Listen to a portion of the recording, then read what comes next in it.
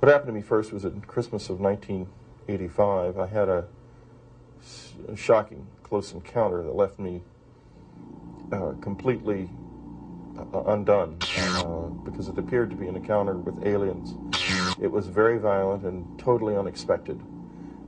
Came into the middle of a life that was basically unrelated to the UFO phenomenon in any way. And I spent months trying to understand what had happened to me from a medical standpoint, and eventually concluded that it was unexplained. I was very frightened by it and began to go out into the woods in the middle of the night to confront those fears. The result of this was that the visitors returned to my life, and that began what has turned out to be a 10-year relationship with them. During that period of time, so much has happened outside of my experience. Along the lines of first the crop circles began to come, then things like the Mexican UFO videos began to be made, and now they're extracting implants from people. There's so much physical evidence of something strange going on that in 1986 I thought I had a medical problem. By 1989 I was fairly sure it was some kind of hallucinatory thing. Now, in 1996, if this isn't dead on real, I'll eat my hat. Only I have one question left. Who's doing this? Aliens or people? I don't know the answer yet. But I think that the presence of implants like the one I have in my own earlobe means all bets are off. This is real. It's physical. But what is it? Okay, the first event that happened to me, I woke up in the middle of the night and I was awakened by the fact that I felt like I was in motion. And I turned out to be in a little room full of what looked to me like gigantic insects, which were peering at me. I thought it was a nightmare, and I kept trying to wake up from the nightmare, but the nightmare was happening while I was awake. I was not home in my bed anymore. I was in an entirely different place. And they fired a needle into the side of my head. They did a rectal probe into my body. There was a voice, like an electronic voice, going, "What can we do to help you stop screaming?" It was an appalling experience. It was indistinguishable from real life, except as I understood real life at that time, it was something that couldn't happen. That was the first experience.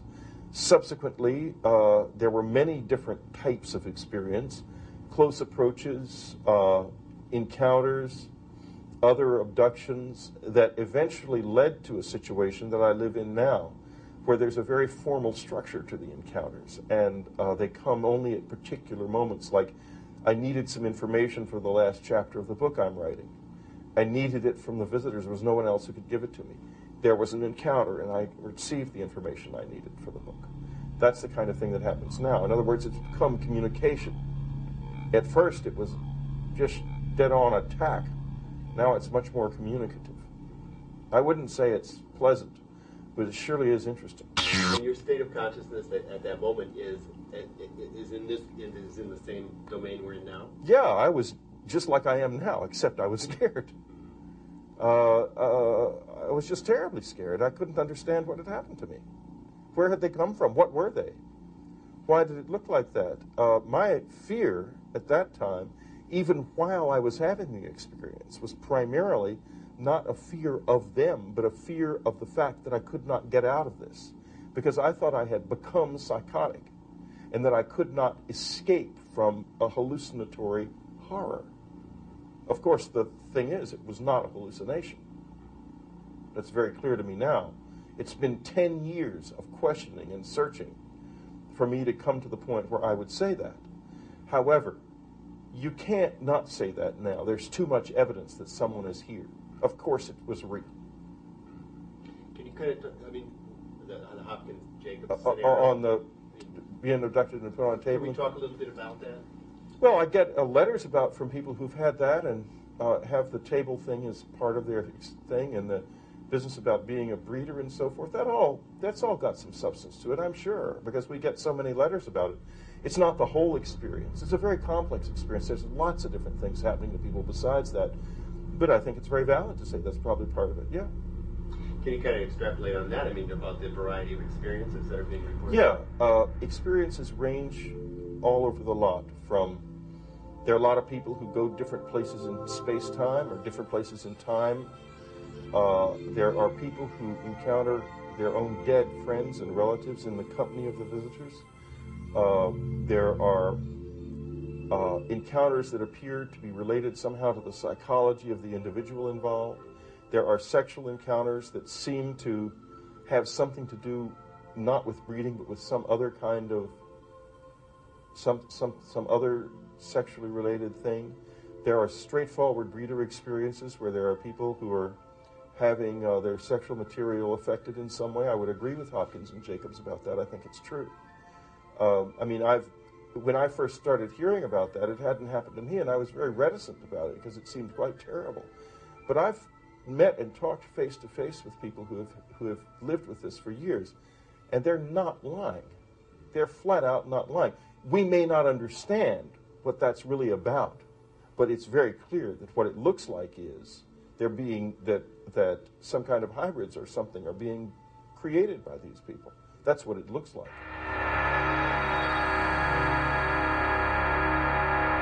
Well, we're not exactly totally and completely sure of what is going on with this phenomenon. What we do know is that we're looking at an alien agenda that is based on the physiological exploitation of one species by another species. In other words, people feel that sperm is being taken from them, eggs are being taken from them, babies are being implanted in them and then removed. All of this is for an agenda that is being kept essentially hidden from us. I look at this phenomenon with a certain amount of alarm. Other people feel that it's more benign than I might feel. But whatever it is being kept from us. I feel that if this were a phenomenon that were ultimately to help us, that we would probably know this and that the abductors would have made this clear, but this is not what has happened actually. And so I'm really very, very disturbed about what I've seen. My sperm was extracted from my body. Sometimes I say the aliens harvested my sperm, and it was inseminated into another human being, and an embryo was created as a result of that series of events. Those experiences led to what I perceive as a higher order experiment which the aliens were conducting. They were successful in extracting sperm and creating a human embryo in the physical conscious world. Their main concept was creating a hybrid breed. At least that's what they told me, that they were trying to create a race of people that could live in our atmosphere and in their atmosphere. And they had not yet produced that person. Now, on another occasion, I remembered being shown a baby that really favored my grandson a lot. If you would, give it the slant eyes, they weren't as big as their eyes, but it looked human. And I knew that this was my child, and I wanted to take that child with me, but they said that it would not be able to live in this atmosphere. I've learned a big lesson in the past 10 years. If it looks like a wrench, call it a wrench, not a device. Call a spade in the thing. Until you understand another level of it, if it looks like they're making hybrids, let's say they probably are. Because this is so deceptive, this thing. You gotta stay with what it looks like. Keep it simple. Is hypnosis ineffective? I mean, it's a tool. Now, if it's used right, it's a good tool. But using it right is is something we really don't know enough about yet.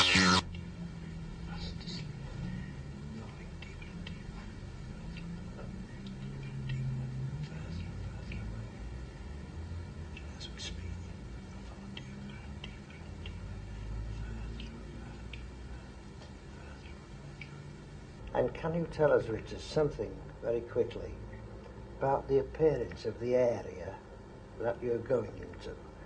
Perhaps a corridor, perhaps rooms, perhaps machinery, perhaps anything descriptive. It's a very circular room. It's very, very big. There's like computers, flashing lights on the wall, but it's a big expanse, and from where I am, there's all like computers and lights. Excellent. From there, there's like a table slightly here. It's like all the equipment is on one side, and where they take people is on that side, but they have to keep going backwards and forwards to do the... They cannot experience the Earth experience in their current physical state. So we experience it for them, and it's a passing of information. They learn from us what it's like to walk down the street, what it's like to wear clothes, what it's like to eat, breathe, sleep, talk, watch the television, everything that is to do with the Earth existence. They want to know about it, and the best way to know about it, apart from doing it yourself, is to... It's like they connect directly into our experiences and our memories, and they don't have to experience it themselves. We experience it for them. It's like I can see things and feel things, but it's like it's out of my reach of understanding what it is. If you know what I mean, I just feel... Yes. I suppose it's like I am trying to suppress this...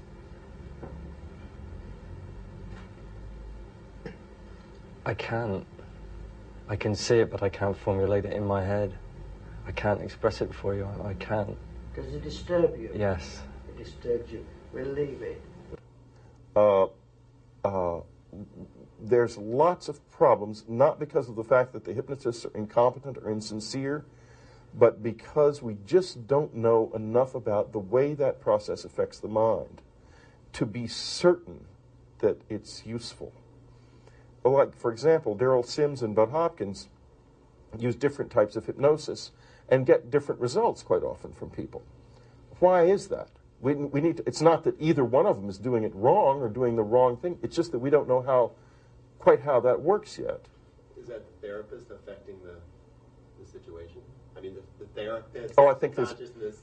far less of that than people assume. So People. how do you describe the fact that they're all working in the same domain, but looking at different, drawing out different aspects? Is that, and you're saying that that's not the effect of the therapist affecting the... We don't know why it's like that. It may be the hypnosis technique. It may be some kind of interaction with the therapist. I'm just not sure. But the thing is, hypnosis is really rather irrelevant to me. It's all of the things that are attempting to find motives and observational details and so forth are unimportant. What's really important, and the reason I've changed my position so much over these past few years, implants are being physically taken out of people. Then, therefore, this is real. I mean, I'm just going to stand on that. It is real. I don't know whether the implants were put in by aliens or not, but I do know they're there. And to me, until we figure out what that's about and who put them there and why, we don't know anything about this experience. All we really know about this experience is the implants are real. Is that the basis of you saying there is physical proof? Yeah, absolutely. I mean, you take a person who has remembered alien experiences under hypnosis, remembers an implant being put in their leg, they're x-rayed, the implant is seen, and then it's removed by a doctor, and that has happened. You can't tell me that's not real. It is real. The only question is, was the hypnosis accurate in the sense of who put it there? Certainly the lady remembered where it was under hypnosis. The x-ray confirmed its existence. But Did she remember under hypnosis who really put it there or not? We don't know, because we don't know the effect of the implants, and we don't know whether or not if you got past all of the interference, you wouldn't find soldiers putting it into her. Or it might be there really are aliens out there doing it. We just can't be sure of anything right now. This is a time not for answers, but for questions. I've seen too much from the secret government to jump to the conclusion that any of it is being done by aliens. We have to be sure first that it's not being done by human beings.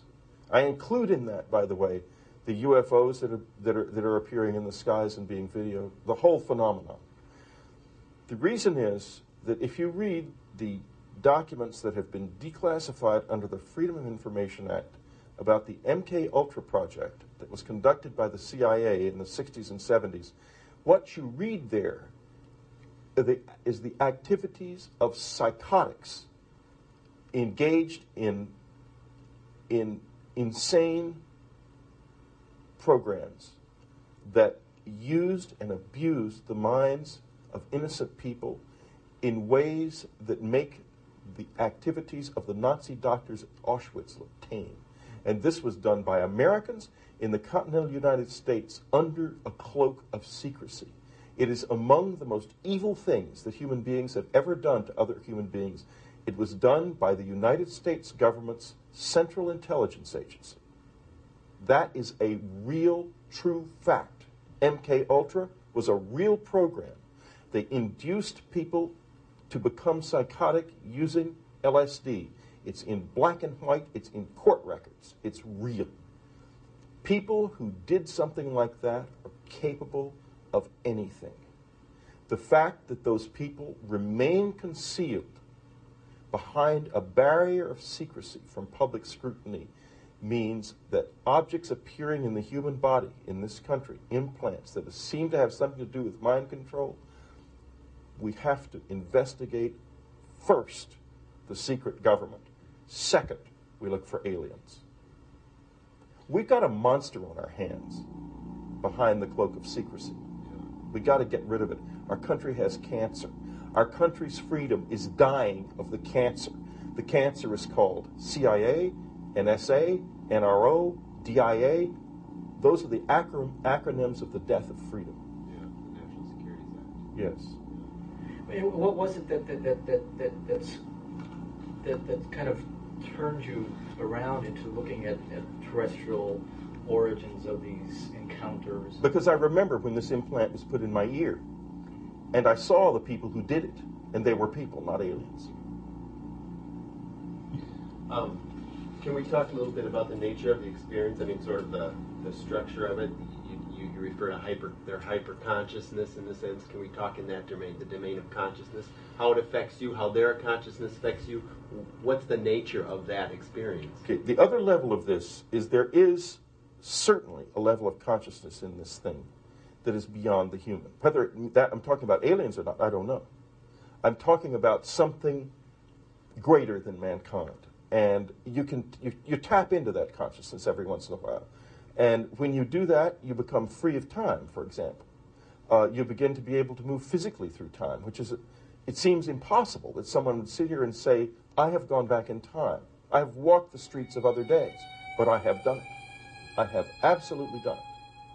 No question in my mind about it, it's true. And I know a lot of other people who have too. When this other level of consciousness comes into play, things change. I look at it this way. There's a dark, demonic, evil level of this thing.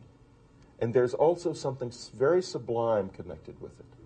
I want the sublime part, and I want the evil part away from me. But then that's all part of the experience, so how can you say that? I mean, you have to kind of accept both extremes, don't you? To get to the I don't think so. I don't think a good person has any reason to expect evil in their lives. Mm. But that's part of the experience. But okay, so then that's our own fear being projected through the experience? I wouldn't say into so. The experience? I've seen evil.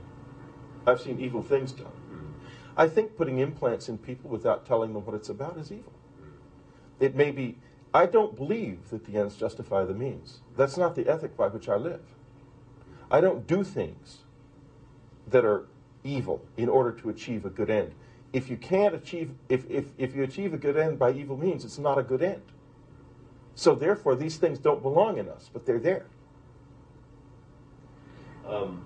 Can we talk a little bit about, let's talk about your book and the impact of your book. I mean, and also, you know, this idea that it's real fiction in a way. I mean, because most people don't have access to what you're discussing. I mean, not now, but they will, believe me. Yeah, but in their experience, now they don't. So what was the response to your book, and can you kind of talk in that? Well, first of all, it's not a book. You're looking at a life.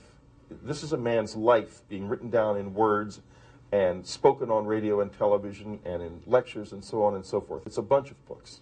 Communion, Transformation, Majestic, and Breakthrough, and then in next February, The Secret School. That's what it is, a whole life. What's the reaction to it? Well, frankly, at first there was a lot of skepticism.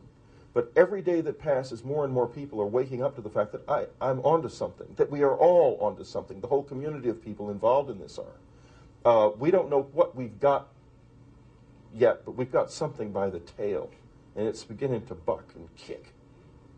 I'm not going to let go of it until I know what it is. Absolutely not. Would you consider your experience as one of contact or abduction, or a mixture of both? Or can you make that? Oh, there's only been one or two real outright abductions where I have literally waked up in the presence of apparent aliens. Once or twice. Maybe 3 times. Mostly they've been much more in the nature of contact experiences. And some of them, I would say, have the quality of reality about them. I would be surprised if it wasn't alien contact.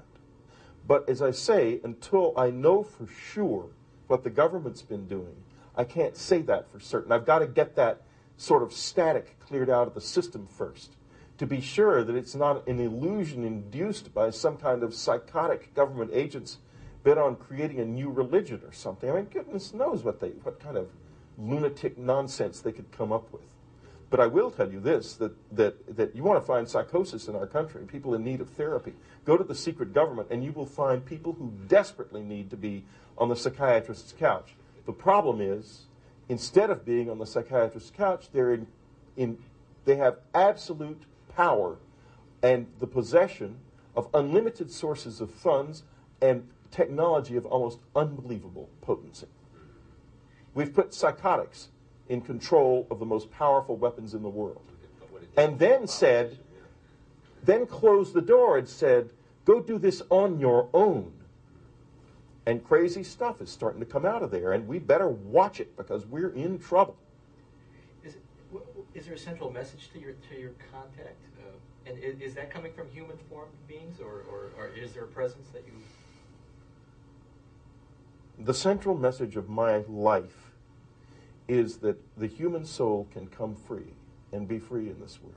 There is no reason in the world why we cannot understand who we truly are, why we are here, where we are going, while there is no reason why the average individual cannot be fully empowered to meet the cosmos on his own terms. We are incredibly powerful beings.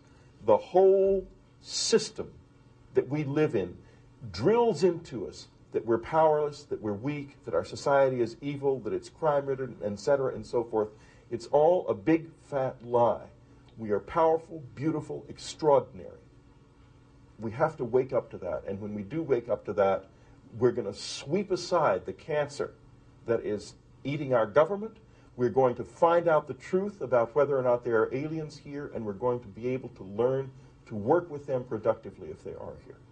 Now, is this part of the message that's coming from your... This is the message that comes from me. From you? I can't tell you that I've got a message from on high. I'm just an ordinary guy, and I don't get messages from on high. Any message that I come with, I evolved in my own being and mind. Are there let's talk a little bit about precedents. Is this part of a larger reality, sort of a hierarchy of beings? Where do your entities fit into that? I mean, can you... I can't explain it. I have no idea. I'm not even interested in hierarchies of beings. Hierarchies bore me, because that means that somebody's got to be on the bottom. And I don't believe in the bottom. I don't think it exists. This is a universe that's all tops. Where do these entities fit in that you don't know. I know where I fit in. Where we fit in, that's what matters to me. In your book, you talk about that this is occurring in the domain of the mind, and this is a mental phenomenon in a sense, and you make the connection into their reality, with their sort of hyper-consciousness through the... Yeah, but when I wrote that, I didn't know about the implants. I didn't. This is a recent discovery, as far as I'm concerned, and I'm certain that mind control is involved, and I'll tell you why. In 1989, I had MRI scans done of 10 people who reported implants, including myself. The doctor and I read these reports. We looked at the MRI scans, and we concluded there were no implants in these people. About 2 weeks ago, I realized, after Dr. Roger Lear began taking implants out of people, that there was something wrong. So I opened up the archive and went back to the reports. And 2 of them have plain as day descriptions of classic implants in the heads of these people. Why didn't we know it? Why didn't we see that? I mean, anyone could see it. It doesn't even take a radiologist to see the things. They're described to a T, and you can see them in the MRI scans clearly. Also in 1989, a woman, Ruth Dagonet, had an implant removed from her body after her death, from her ear, from her left ear, the same place this one is. That was not studied by a single soul until 1995. Why not? Why didn't they take it directly from her body into a lab and study it? You could get a basic study done of a thing like that for $200. It's not expensive. Somehow, nobody did it in 1989, even though there were at least 3 confirmed implants in existence then. Now, I don't think that there's any explanation for that except mind control. My mind was, in my opinion, affected in some way. And I'm here to say that we have lost 6 valuable years because we could have known about the implant 6 years ago and we didn't. Have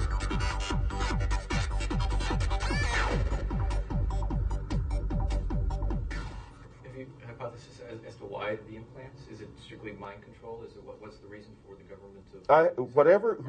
Whoever put the implants in, I do not know why they're there, and I think that there is, and in fact I know because I'm setting it up, is going to be extensive scientific testing of these things. The scientific community is very interested because these are physical objects. They're coming out of people. They're anomalous. They cannot be explained away, no matter how many paid-off prostitutes the government puts on TV to explain them away. They can't be explained away. There's no way to explain them. They're there. Is the nature of the experience a mystical experience, or is that just how we perceive it? I don't know the answer. I don't know whether it is a mystical experience or simply that's the way we perceive it. All bets are off now. This physical evidence means that we don't know what we're dealing with anymore. We have to start anew in that respect. And where we start is understanding the implants and what their function is and what they do. And it's not impossible. It's not technology so far beyond us that we can't possibly understand it. I already know a certain amount about the implants because there's already been some initial studies done. We are going to understand what they do. We're going to be able to detect the signals that they generate and that they pick up if they do. There's no question about it. We will be able to do this. Within 5 years, we will know the answer of the implants. And once we know the answer to what the implants do, we will also begin to be able to understand what the true meaning of the perceptions we've had are.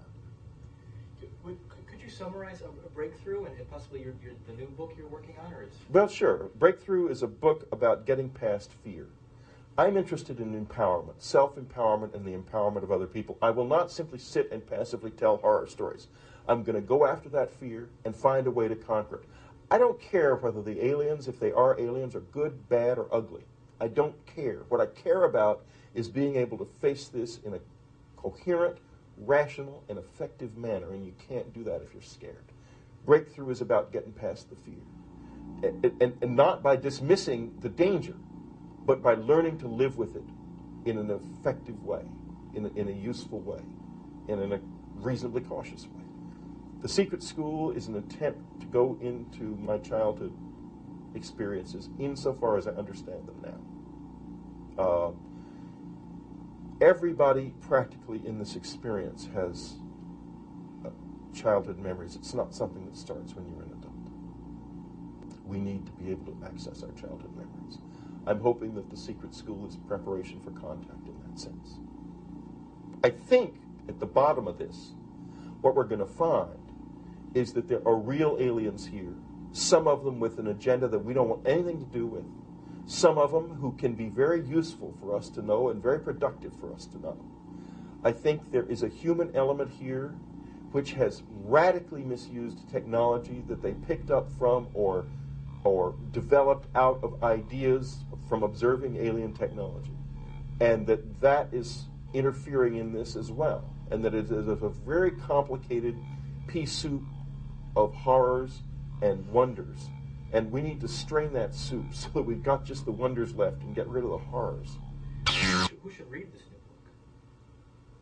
Who should read it? Yes. Anybody who's interested in the contact experience. They should read my books, all of them. In fact, there's lots of books they should read, but one thing about my books that you can be guaranteed of, at least the guy who wrote them thinks they're true. Yeah, you're the first one to really articulate the experience, weren't you? Yeah. So you're beginning to even look at a lot of the images of these craft that are flying around as of terrestrial origin? I'm not trying to look, I'm just saying that I am not interested in drawing conclusions until I have facts. What the fact I have now is there are implants in people's bodies. End of story. I have videos of UFOs. I have videos of another unknown phenomenon in the sky that we had just never noticed before that seems related in some way. Others are flashing past much closer. Those are much closer. That one. It looks like living creatures. We just don't know what this is. You'll see this slowed down and so forth, so you can look at it in detail in just a few minutes.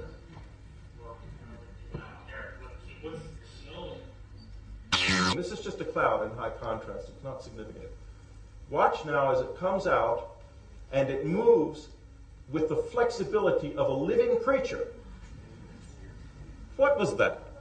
Some of those are just an unknown phenomenon. We don't know what those are. They're obviously not conventional UFOs, but there's something strange. We have the crop circles. The crop circles are real. The attempt on the part of the intelligence community to debunk the crop circles was lame and vile. They used national public radio as the means by which they spread their lie about their crop circle makers across the United States. It was immediately picked up by all of the media, and closure was put on the crop circles in the media, completely, in the United States and in England with this. This was a designed intelligence operation, a propaganda move carried out illegally against the American people. The people who did this, and I include in that the executives at NPR who made the decision to put it on the air knowing that it was not true, should be put in jail. They belong in prison. They violated the law. They committed felonies. One quite prominent, in fact, a Nobel Prize-winning physicist told me 5 years ago, he said, Whitley, if one word of this book is true, science has taken a kick in the shins because we've been lied to. He said to me 3 days ago, science took a body blow. We've been lied to, more than lied to. He said, I'm beginning to suspect I'm looking at one of the most evil things that has ever been done on this planet, and that is the concealment of the greatest secret that mankind has ever known. I said, you're jumping to the conclusion that it's aliens. And he said, of course it's aliens. I said, wait a minute. Let's be clear about this. Don't do that. It's implants right now. It's crop circles. It's video. We don't know if it's aliens yet. Let's look through the implants, the video, and the crop circles and see what's on the other side of that. Then we can decide. The secret government is like any kind of wild animal. It will do anything to survive. It will do anything it can to survive. It's going to be hard to break it. But if we want an American republic and a free country, we have to break it. The secrecy has to end in toto. It has to be possible for the average citizen to turn on his computer and get any piece of information that the government possesses. Or we don't have a republic. We don't have a republic. Now, this is not a free country. This is a police state. And I have an implant in my ear to prove it.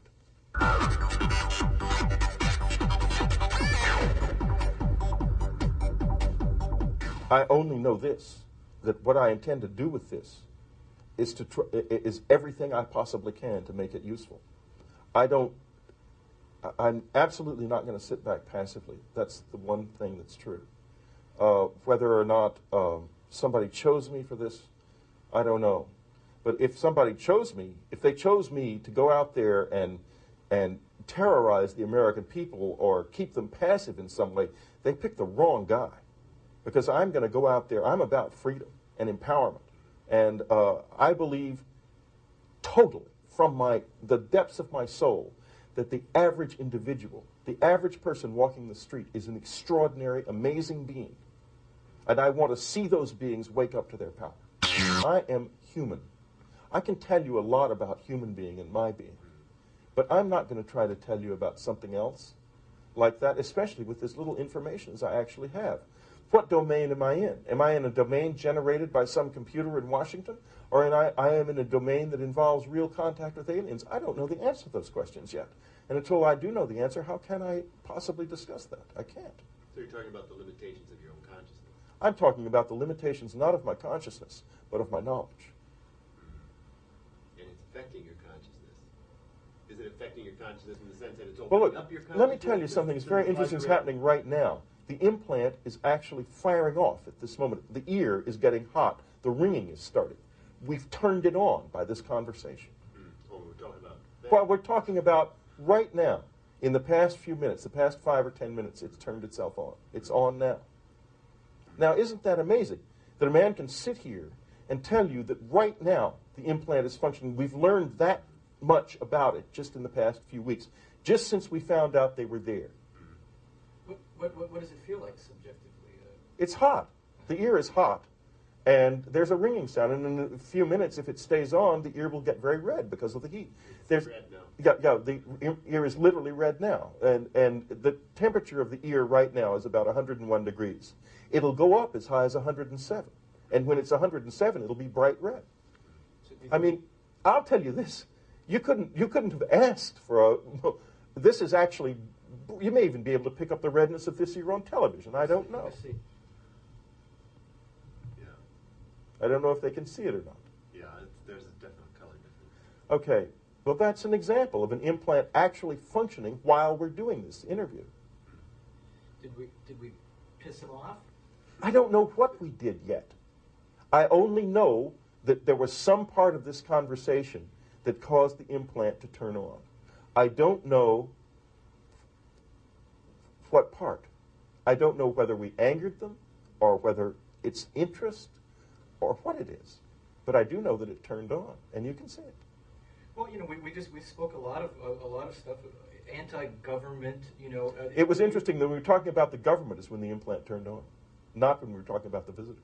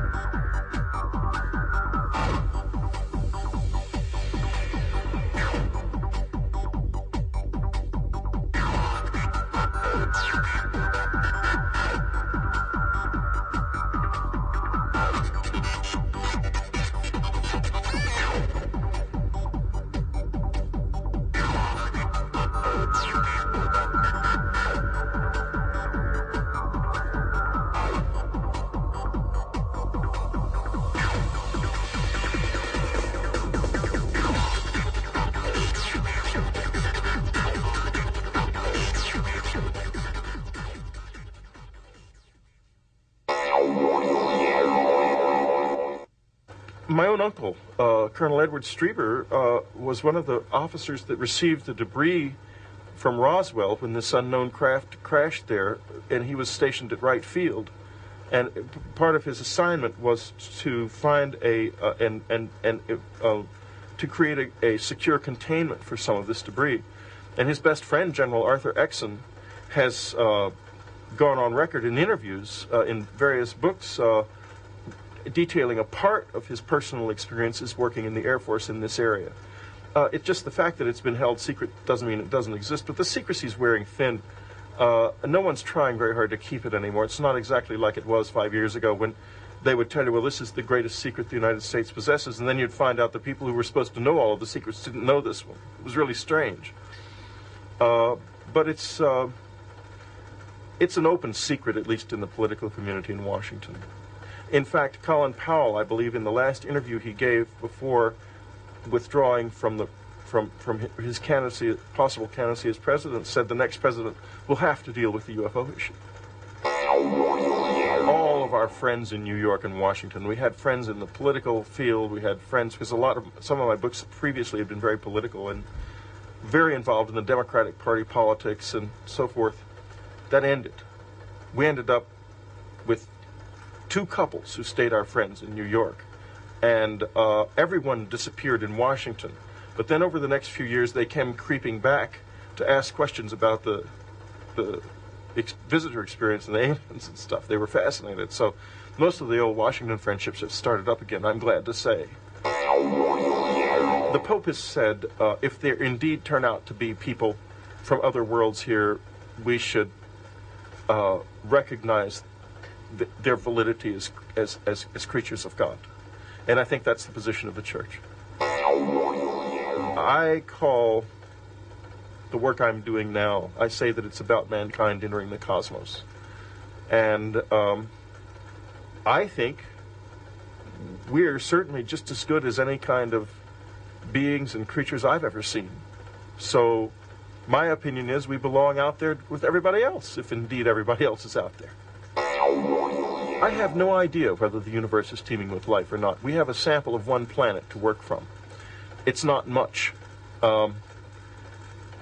I think that the Hubble Space Telescope is beginning to suggest there are quite a number of stars with planets. And if that's the case, then inevitably there would be a lot of life in the universe, yes. But bear this in mind. The window that the Earth revolves in is only about 100,000 miles deep. And if it wasn't for the existence of this moon running around the planet, life would not have evolved. We'd have 300-mile-an-hour winds on Earth because of the velocity of rotation. So this little machine that has created all of this life here is actually an incredibly rare formation between a planet and a planetoid that just happened to be just the right distance from a star to where it's neither too cold nor too hot. So, given that, while I might say the universe would be teeming with life, it's not going to be overflowing with it. The thing is, there are so many stars that even given the fact that that rare structure would be so unlikely to form elsewhere, there might still be 200,000 or 300,000 other planets with conscious life on them.